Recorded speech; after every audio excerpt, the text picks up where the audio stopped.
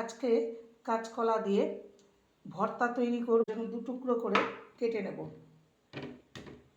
এবার কলাগুলোকে দিয়ে সেদ্ধ করে নেব। কাঁচকলাগুলো সেদ্ধ হয়ে গেছে, এবার এগুলোকে তুলে নেব। মিক্সির জার নিয়ে সমেত আমি এটাকে পেস্ট করে নেব।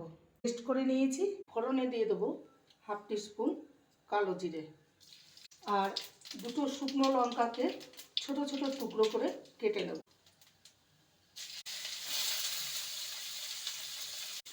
বেশ খানিকটা রসুন কুচি আর যেটা পেস্ট করে রেখেছিলাম সিদ্ধ করে সেটা দিয়ে দেবো। হলুদ গুঁড়ো, স্বাদের ব্যালেন্সের জন্য দিয়ে দেবো সামান্য কাঁচা সর্ষের তেল দিয়ে। আজকের রেসিপি কাঁচকলার ভর্তা দুপুরবেলায় গরম ভাতের সাথে এইভাবে বানিয়ে পরিবেশন করতে পারেন। রেসিপিটি ভালো লাগলে প্লিজ লাইক করবেন।